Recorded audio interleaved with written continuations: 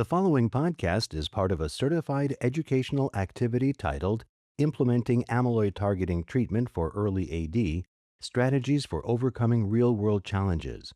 Access the entire activity and complete the post-test at peerview.com/QPX860. Downloadable slides and practice aids are also available. Hello, everyone. Thank you for joining us today. We've got a wonderful session planned for you today. My name is Sharon Shaw. We're going to be talking about implementing amyloid targeting treatment for early Alzheimer's disease and the strategies specifically for implementing it and those real-world challenges. You know me, Sharon Shaw. I'm at Stanford University. We've got some wonderful, amazing specialists here with you. We've got Steve Salloway on video, Dr. Ali Atra from Banner Sun Health, and Professor Nick Fox from University College London. This is such an amazing group. So we're going to start off with the first polling question. Which of the following is the greatest barrier or challenge to implementing amyloid targeting therapies for early Alzheimer's disease? Is it the interest or willingness of clinicians to treat the patients? Is it the patient workup required to select the right patients for treatment? Is it the ability to guide patients about the risks and benefits based on their medical and genetic profile? Is it the resources and workflows needed to deliver this therapy and monitor for the side effects, including ARIA? Is it the availability or reimbursement or the regulatory status where you're from? Or is it all of the above? So take a moment there. So our goals for today are to equip you with the strategies to manage the clinical and administrative needs associated with these therapies. We'll improve your ability to monitor the safety and effectiveness of these amyloid targeting therapies in individuals with early symptomatic Alzheimer's disease using evidence-based protocols. We want to augment the capacity to collaborate with multidisciplinary care teams in the management of AD in your specific institutions. We'll talk a little bit about our personal experience too, and I think that can be very helpful for all of us. And then we'll reflect on the learnings from other workshops similar to these, specifically held at AAIC in Philadelphia last summer, and assess how these practical strategies are evolving over time, so that can help you and all of us. So, despite these significant advances in the diagnostic testing and the therapies available, there's still many gaps that persist. So the underdiagnosis, because we want to get to people when they're early in the symptomatic stages, really contributes to some of these gaps. These underutilization of the biomarker testing that we have available. And that can be so many different aspects of it, whether it's reimbursement, availability, really having that conversation with patients and families. And then the healthcare systems may not be prepared to provide that timely diagnosis, whether it's access or other aspects of it. So we have an amazing group here today, and I'm going to pass this off to Dr. Atri to take us through our next steps. Hey, thanks, Sharon. Very privileged to be here with you and Nick and Steve. And again, thank you for sponsoring this and PeerView. So we're going to talk a little bit about conversationally about amyloid targeting therapies. And I think one of the things that's really exciting, and you'll hear some of the things that I said yesterday repeated, I think we're at the end of the beginning in many ways. So this is a completely new paradigm for us as far as both diagnosis and treatments. It's exciting, but we've got probably another decade or two at least of learnings of what to do, and so we shouldn't oversell it. But at the same time, it's important that we make the investments and give the patients and families the power to make their own decisions. Right. So as far as the new drugs that we have, it's not all about giving drugs. It's actually about elevating care. So and I think Nick, you know, hopefully you can talk a little bit about that. I mean, I agree. I think it's very easy to forget how long it has taken to get here. This has been a really long journey when we've been desperately seeking something that will slow disease rather than just be symptomatic. So I think that's a great step forward.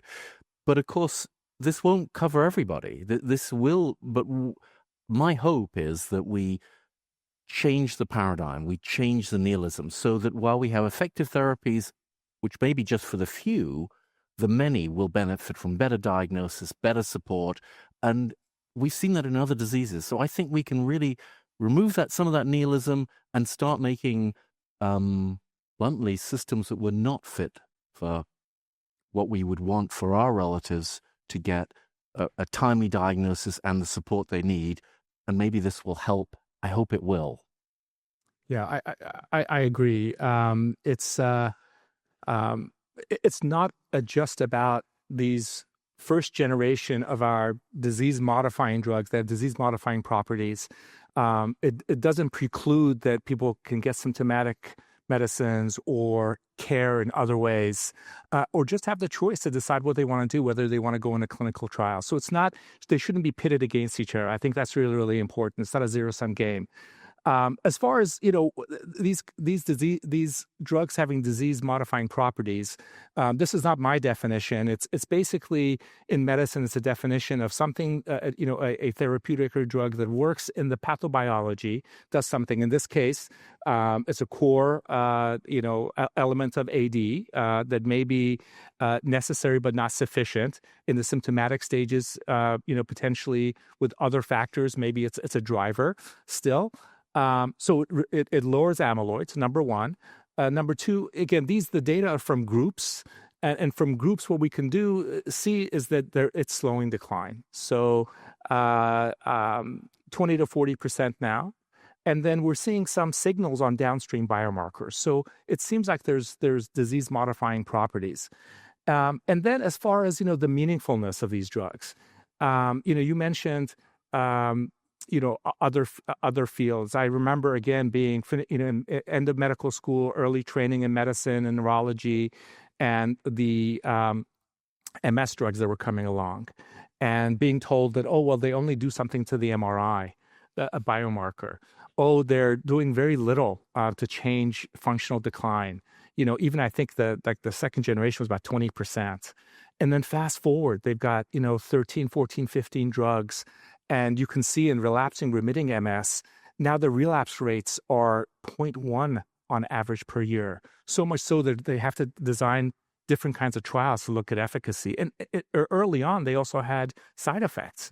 Same thing for, blood thinners and clotbusters. Yeah, absolutely. And again, that sort of speaks to changing the whole system, not just a new therapy. I mean, I think stroke care has been transformed by having therapies. And we have seen previously untreatable, incurable diseases where once you start having therapies that are effective, you do make it sort of almost change how people think about the importance of diagnosis. I feel like we've historically there was great shame to be slow in making a diagnosis of cancer, but none in dementia. And in some ways, it's almost the opposite. Well, don't rush to make a diagnosis. It might be acute confusion. Will we necessarily be helping anyway? I hope we change all that. And in your point about that slowing of that clinical decline, we've changed pathology for many years. We've removed amyloid, but the real change is, and that fits with your diagnosis of disease modifying, we've changed the underlying pathology of the disease, and that has delivered benefit in terms of slowing decline.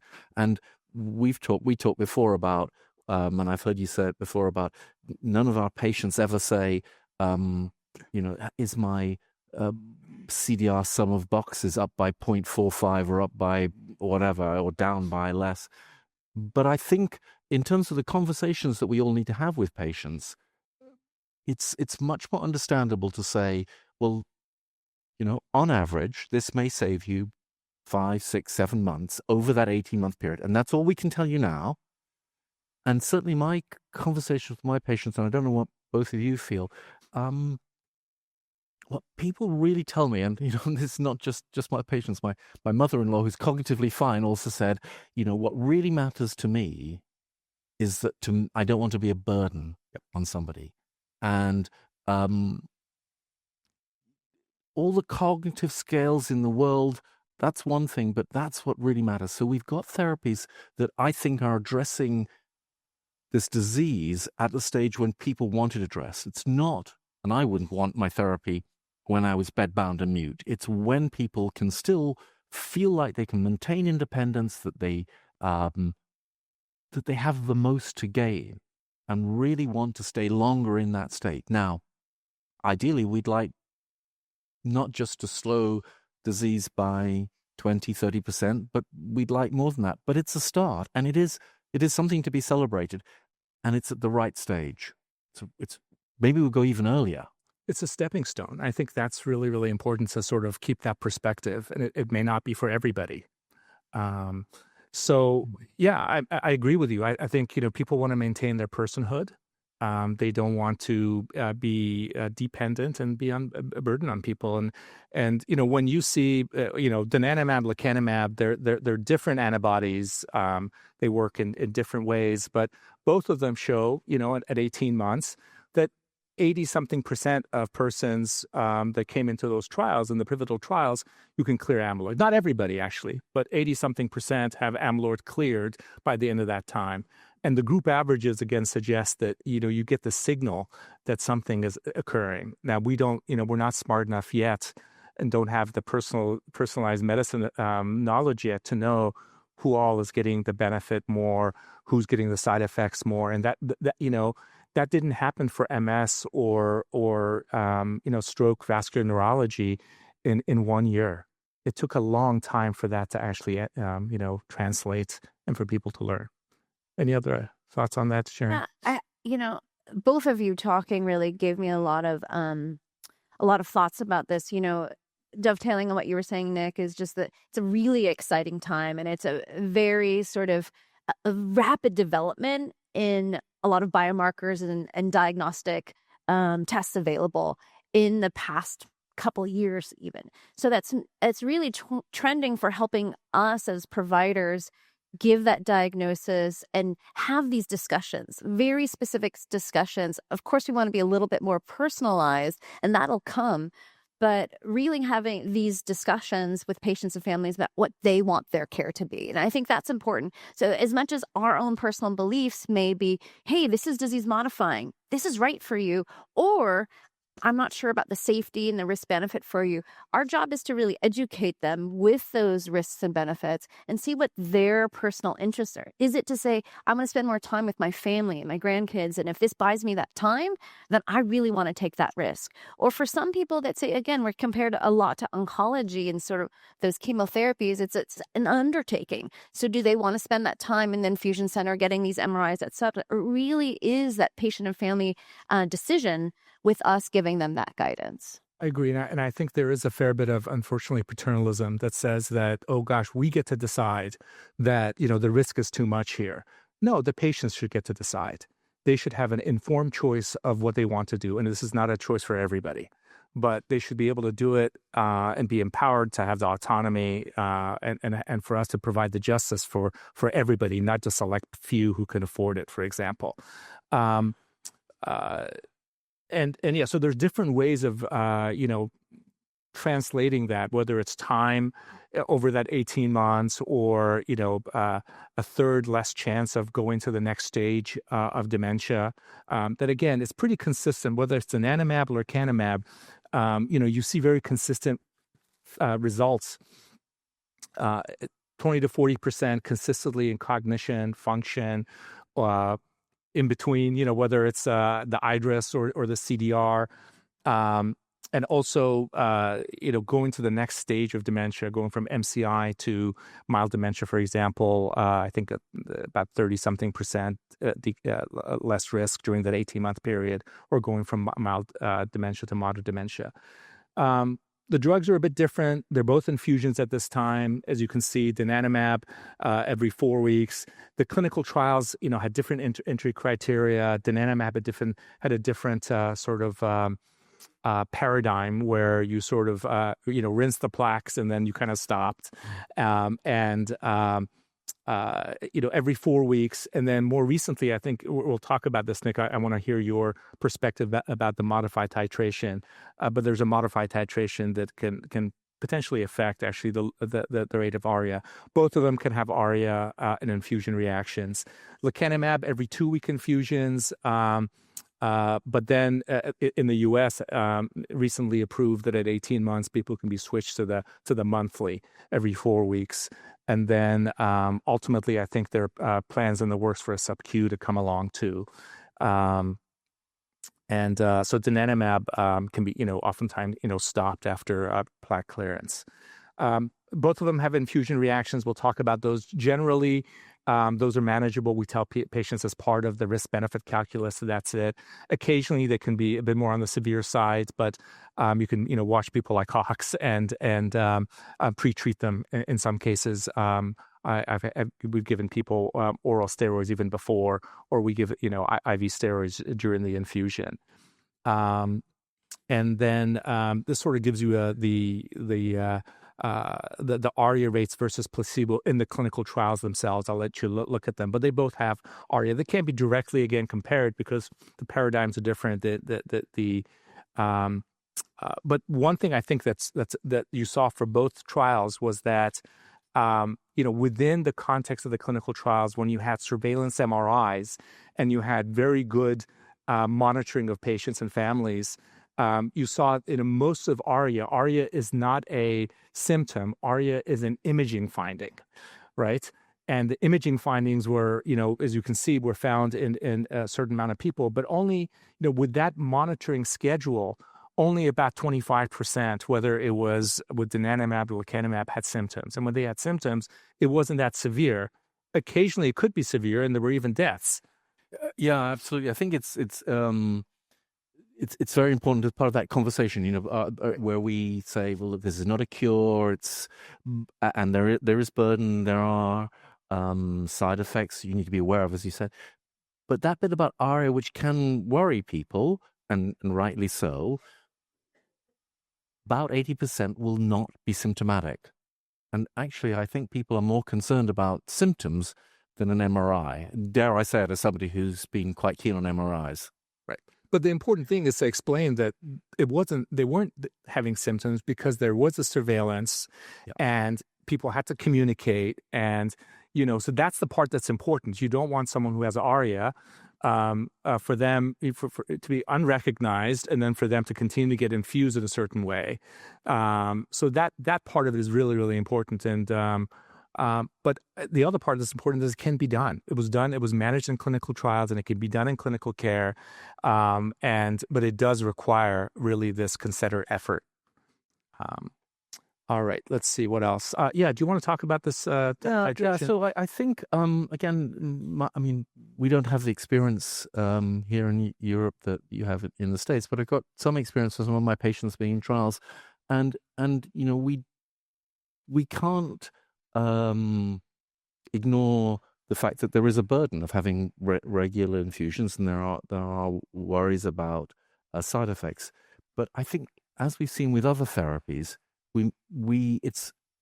things will change, and we will find systems that make things less burdensome and reduce risk, and will evolve. This is the beginning. And I think this is a great example of a small adjustment that makes a difference to risk. So just by this titration, which instead of the standard, which you can see the protocol there of 700 mg or 2 vials, 3 times, and then going up to 1400, just by going up at a single step each time, but getting to the same place at the same time over the same period, made a big difference. So you can see, the key figure I always think is, and again, it's very, very consistent, this 80% asymptomatic. But if you just look at the headline figures, in the standard dose was about 24%, which fitted with the big phase 3 trials, and the modified titration takes it down. This 13.7 is the percentage at about 6 months. At 12 months, because the paper came out only yesterday, and it's about 15.7%, that sort of level. So a big improvement on the 24%, and that translates into a reduction, as you can see there, from about 5% symptomatic to about 3%. And that does make a difference, I think. particularly in the homozygous. I think that was something that would have been a concern. So I think this modified titration is also the appropriate use recommendations for donanemab also came out last Thursday on JPAD, and so there was also our group discussed it and thought that this was actually a reasonable option for people to consider. Looking through the slides ahead of this, I was thinking that a takeaway message is how things evolve, whether it's about conversations with patients, we learn from that. But, I was surprised that so soon after the pivotal trials, we've got something that says, okay, we can reduce ARIA in at least one of the therapies. And I hope that'll be the beginning of many other things, reducing burden. And I think that, it's important to recognize, as much as we're having this conversation based on recently published data, things are evolving so quickly, so that when donanemab became approved in the U.S., we saw the modified titration that came out several months later presented, we were thinking about at our center, should we implement this? Even though it hasn't been officially approved, we haven't seen the paper published, but it really minimizes risk. So we'll see that things are consistently evolving, and we need to think about how we have that discussion with patients and families and see, is it better, is it safer? That sort of thing. Yeah, and being humble and transparent about all the things that we don't know, some of the things we have group data for, and laying it out there with patients' family. It takes time. It takes time, and we have to bring people's knowledge up and their appreciation up. But it is a big decision to go on these drugs, and I think if done correctly, you can be confident that that's something that people want. And in our case, we also go through this informed consent process, as I mentioned yesterday, and we actually have a consent that is signed that goes into the chart. We talk about the MRI schedules that are a little bit different for lecanemab, donanemab. Usually, getting the baseline MRI within a year, ideally within 3 to 4 months if you can. I mentioned yesterday that Cogswell, Patrice is the first author in a paper with Tammy Benzinger as the last author, American Society for Neuroradiology. They lay out a really nice pyramid as far as,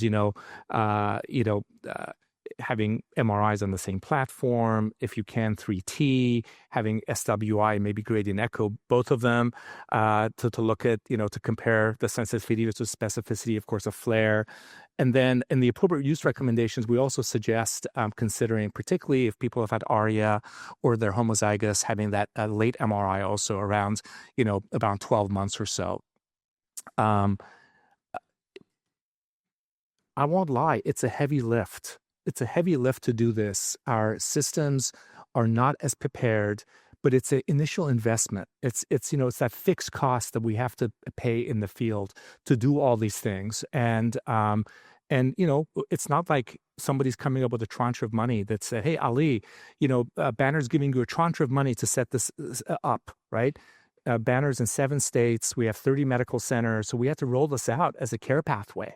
First of all, in very phased and staged ways. And we had to go to the EHR and build out templates for admissions, for, the MRIs, for the infusion centers, how to communicate with each other, what's the process. And we limited it initially to, now to the Alzheimer's centers that we have in Tucson, Phoenix, and Sun City. We have a quality review board, we call it. We sit together and we decide together to look at the patients. So there is that. And I know that, you do the same. And I'm sure Steve does something very similar. Yeah. I mean, and we'll get into this a little bit later, but essentially all of that, right? It really takes someone motivated and to get, I guess, the follow through in terms of the investment for all of this, to understand this is important for our patients and their families as things develop, and the communication with our neuroradiology partners for building those MRI sets, order sets, with our infusion partners about those order sets too, and having those double checks in place. And we have a consensus review, that's our name for it, that's similar to a tumor board, to review the cases and ensure that we're all making the decision that is for the best of the patient. Yeah, so we decided that the care pathway that, again, had to go through all these consensus committees, not just pharmacy, but imaging and neuroscience, and got rolled out. And Basically, we built out pathways for neuroradiology, how to read, what has to be in the report. We set out those templates. We had meetings with the infusion centers. We call people before their infusions. So we have one of our staff, clinical staff, call and review a checklist. At the infusion, there's also a checklist, but we can't put it on the infusion centers and banner to know exactly, we want to make sure if there's any medicine changes, things like that. This is, for example, from Mike Rosenblum, and this is an EHR-based tool, I think through Epic. And you can see, like, even in the beginning, what labs to order, what tests to do, and then how to stage. So, for example, we use this thing called Cerner, and when we put the orders in, it's yoked with the MRIs. And if the MRI isn't done at a certain stage and read, and it's in there as a go-ahead, the infusion center will not infuse. And so all these checks and balances have to be done. And we didn't have this in clinical care before. We had to build all this stuff out. It's also important that we learn this stuff over years. And so we have in the US, this ALZ-NET, for example. It's a real world registry that we're trying to develop to learn what happens in the real world. And I know in different countries there are other registries. We provide things like wallet cards to patients. So if they go to the emergency department, in our EHR, there's actually an alert that comes up that says this patient is on this monoclonal, call this number, do this type of MRI. Careful, it could be a stroke could be a mimic, and clotbusters can be contraindicated. So there's a fair bit of lifting to do, but it's manageable. It can be done. It just really requires some thoughtfulness and rigor. All right. Steve's going to tell us all about ARIA and ARIA cases. So Steve, I know this is a great presentation, so please take it away. Okay. Guten Morgen. Hola. Shalom. Hi, Sharon, Nick, and Ali. Good to be with you. Thank you, PeerView, for the invitation. I'm sorry I can't be with you in person. You've heard great remarks already so far from the faculty. And by way of disclosure, I've been involved in testing amyloid-lowering antibodies for many years as a site PI and as a safety monitor and also as a consultant. And Ali and I and others have recently published the appropriate use recommendations for donanemab and previously lecanemab and aducanumab. So I agree with my colleagues that this amyloid-lowering treatments represent an important advance for our field. It moves us into the molecular era of diagnosis and treatment, and it's the beginning, and we're really excited about it. The goal is really to roll these out safely and always put the welfare of the patient first and foremost. If we keep that in mind, we're going to be guided in the right direction. ARIA usually is transient and asymptomatic, but as you know, it can be more serious and even life-threatening. And so we really need to take care to avoid those more serious. It's really not ARIA per se, because most ARIA is really quite benign and manageable. It's really serious ARIA that we want to mitigate. So ARIA comes in two forms, edema, ARIA-E, ARIA-H, hemorrhagic change. Both are really due to leakiness in the vascular tree caused by underlying CAA primarily, with the antibody binding to the vascular amyloid and opening up, making the vascular wall more porous. In some patients, there's a tendency toward a more inflammatory response when there's that amyloid antibody interaction, and that can be quite significant. And it resembles CAA or CAA-related inflammation, and those are the serious cases with significant edema and sometimes serious hemorrhage. But there are steps that we can take to mitigate that risk. First of all, it's identifying the appropriate patient. So I think it's our responsibility as clinicians to determine, is the patient an appropriate candidate? Do they have the right disease stage? Are there safety concerns that really pose too serious a risk for them?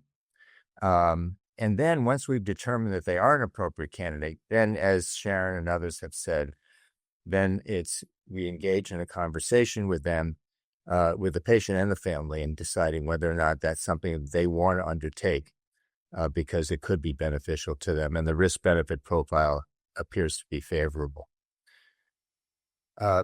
Usually, as Nick mentioned, there are no symptoms, but symptoms can occur, and typically they're quite mild and nonspecific. Headache is the most common, confusion, dizziness, nausea, unsteadiness, visual change, but there can be seizures, there can be encephalopathy. So you want to, and sometimes it's hard to distinguish from underlying Alzheimer's disease. So you want to determine, how serious are the symptoms and what the course of action should be. It's important to be familiar with the rating scale for ARIA. It's rated as mild, moderate, and severe in the prescribing information. And we make treatment decisions based on this. And so here's just a good scheme here for understanding this. If the edema is small, less than 5 centimeters, and one location, we consider that mild. If it's more than one location and between 5 and 10 centimeters and greatest length, we consider that moderate.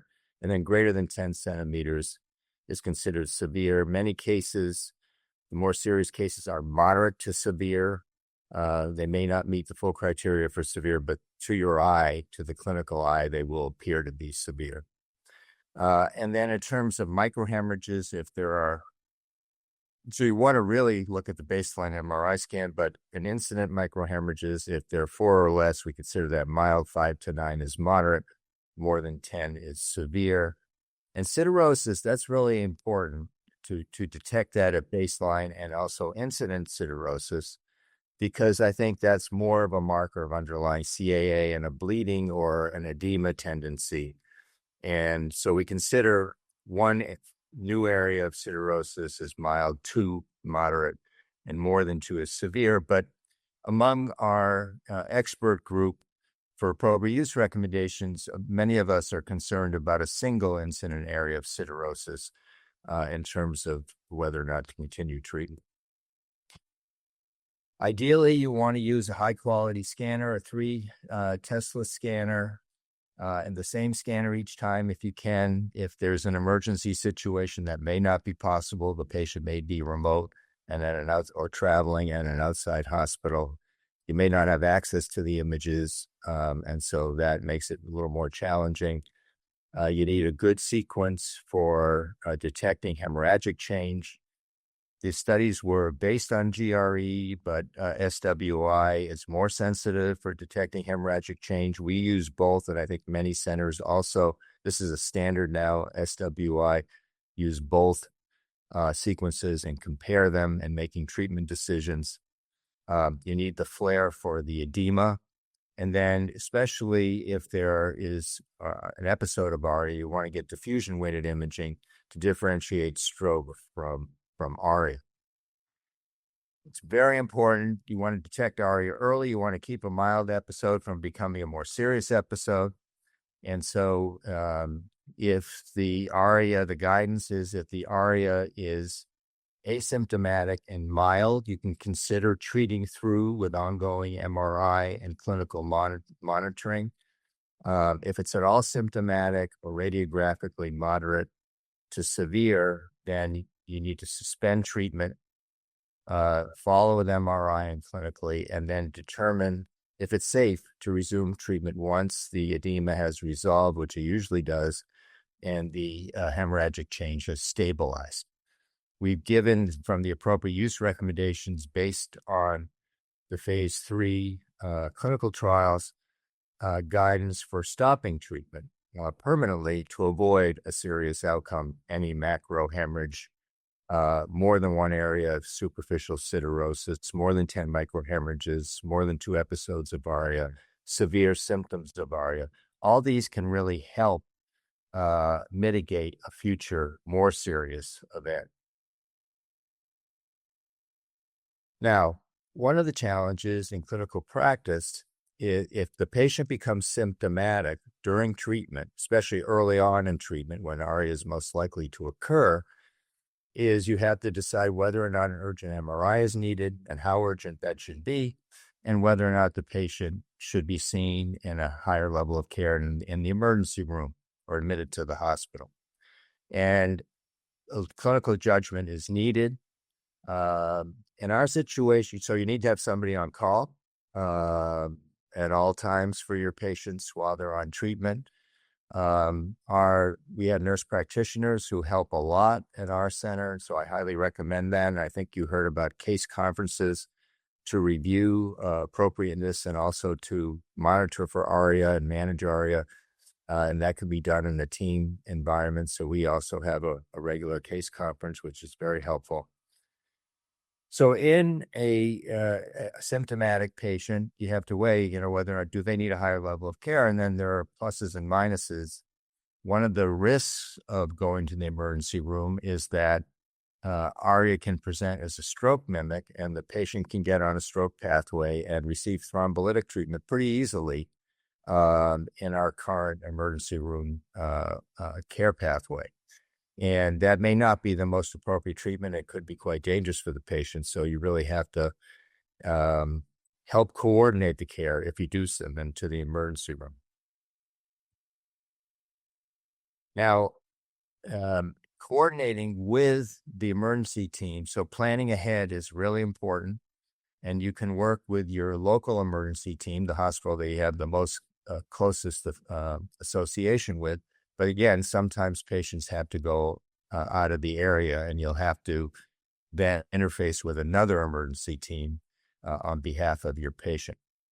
As Ali said, it's possible to put in the medical record and give the patient a medical card that they're on a thrombolytic, that they're on an amyloid-lowering treatment, that ARIA can mimic a stroke, that thrombolytics are relatively contraindicated unless absolutely necessary.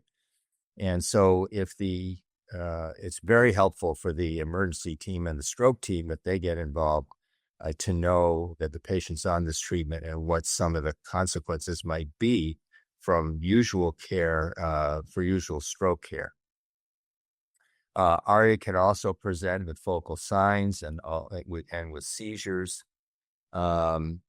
And then for cases where it's unclear if it's ARIA or stroke, an urgent MRI or prompt MRI, which is not always easy to get in the emergency room, will help with the diagnosis. CT is really not adequate for detecting ARIA. And then if ARIA is the main etiology of the more serious episode, then that patient will likely require a higher level of care and then empiric treatment with high-dose corticosteroids and treatment of seizures if they're present. So far, I'm aware of 3 cases. One was just published, as you heard yesterday, in the modified titration manuscript of cases that mimicked a stroke, went to the emergency room, received a thrombolytic, and had a fatal outcome. This is one from the New England Journal with lecanemab. There have been 2 with donanemab so far that I'm aware of. This is something that we can do a better job at. So we have to be it doesn't occur very often, but it can occur. And we have to have heightened awareness about this because we don't want our patient to have a serious outcome when that could have been avoidable. I really want to encourage the field and clinicians to become familiar with we heard from Sharon about emerging, our field is evolving. And one way we're evolving is in AI-based software to detect ARIA and also to measure changes in PET scans and MRI scans and brain imaging over time. So this type of software, one has been cleared by the FDA, Others are in development that look really good. And they can really assist the radiologist in doing a standardized read and assist the clinician also in monitoring the ARIA and making treatment decisions. So we want to take advantage of these new tools as they become available. Let me share a couple of cases, practical cases regarding amyloid-lowering treatment. So the first case is Henry, a 68-year-old man with MCI due to AD. He has type 2 diabetes and arthritis. His MRI scan baseline showed 2 lacunar infarcts, 2 smaller infarcts, and mild to moderate small vessel ischemic change. He's an ApoE4 homozygote on metformin, meloxicam, and now donanemab. And he presented to his neurologist for an unscheduled MRI because he was experiencing headache and blurry vision for the past 3 days. Let me just say that most cases of ARIA are detected on their routine safety MRI scans that are pre-scheduled as part of routine care. But occasionally in cases like this, patients become symptomatic. And so he's having blurry vision for the case. He had his third donanemab infusion 7 days ago, and his last safety MRI was normal. And this urgent MRI scan shows change here on the flare sequence in the occipital lobe. You can see inside that yellow circle. And on the GRE SWI, also 2 areas of hypoattenuation in the same area, in the occipital region, bilaterally. And the diffusion image is normal. Yeah, we've got a polling question. Thank you. Yeah. So this is now for you to get on your device. What is the type and severity of this ARIA? 1, I'm not sure. 2, moderate ARIA-E. 3, moderate ARIA-H. 4, moderate ARIA-E and moderate ARIA-H. Or 5, severe ARIA. You can see from the MRI scans that the area involved is really not large, but there's more than one area of edema, so it's bilateral edema.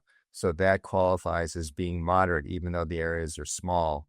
And then here we have 2 areas of superficial siderosis in the same region, and that would be considered as moderate. So the correct answer is moderate ARIA-E and moderate ARIA-H. And what is the next step? And what's the next step in care?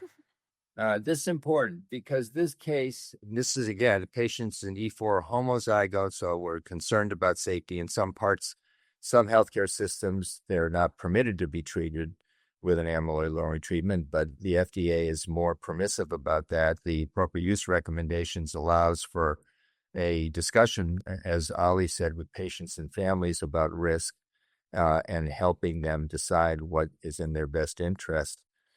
But for this type of patient, especially with 2 lacunar with cerebrovascular disease, we'd be very concerned about safety. So the 2 areas if he just had the ARIA-E alone, you could wait till that resolves and then resume treatment. But the 2 areas of superficial siderosis in this case would really qualify for discontinuation by the appropriate use recommendations, and also I think just by good clinical practice to err on the side of safety. Okay, next case is a 70-year-old woman with MCI due to AD. She has COPD. She has no mild white matter changes, no microhemorrhages on her baseline MRI. She's an E4 heterozygote. She's on a bronchodilator and lecanemab. And she's had 4 lecanemab infusions. She comes in today for first routine monitoring MRI prior to her 5th infusion. She's asymptomatic. And her MRI scan shows this new isolated area of edema on the flare, less than 5 centimeters.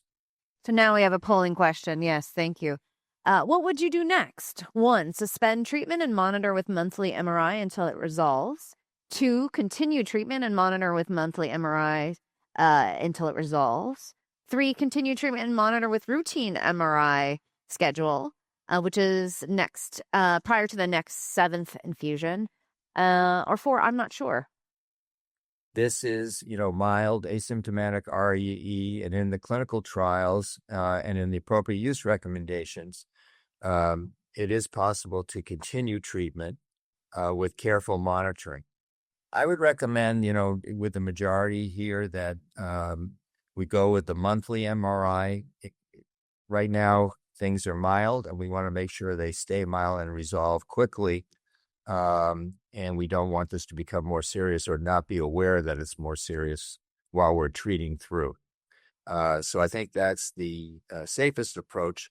Some people, this is not an E4 homozygote. This patient is not an E4 homozygote, heterozygote, increased risk of having ARIA and more serious ARIA.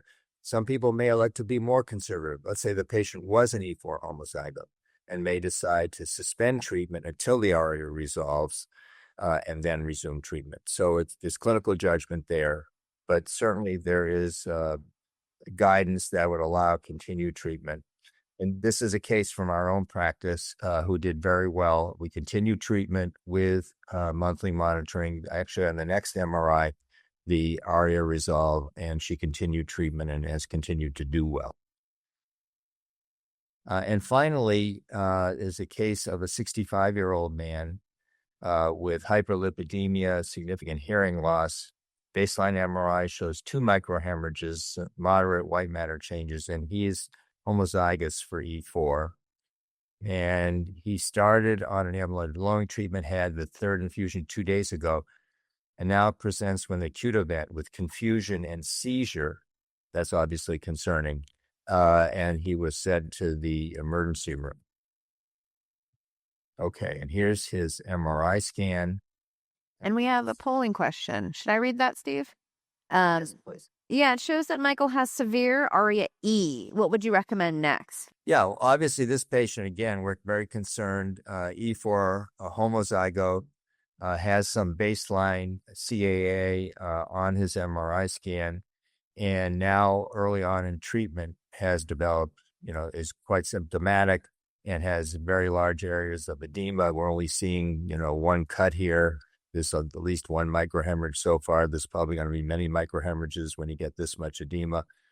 So very concerned about that patient, and we want to differentiate stroke from ARIA and make sure we're treating the right condition. Here he has, this is CAA-RI-like syndrome, resembles CAA-RI, and so it's important to admit this patient to the hospital, making sure getting the right level of care, using empiric high-dose steroids to accelerate the recovery, and treating seizures, which he's already had a seizure. We're going to monitor for seizures. Sometimes in these cases, seizures can be hard to treat. There have been fatal cases of refractory status epilepticus, at least 3 that I'm aware of. And so we want to make sure we're in control of the seizures early on.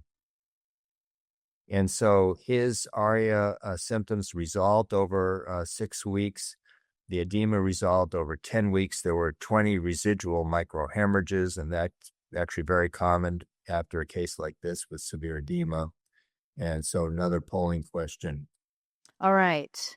Should the treatment be permanently discontinued, restarted at a lower dose, or I'm not sure? So I think this case is hopefully pretty straightforward.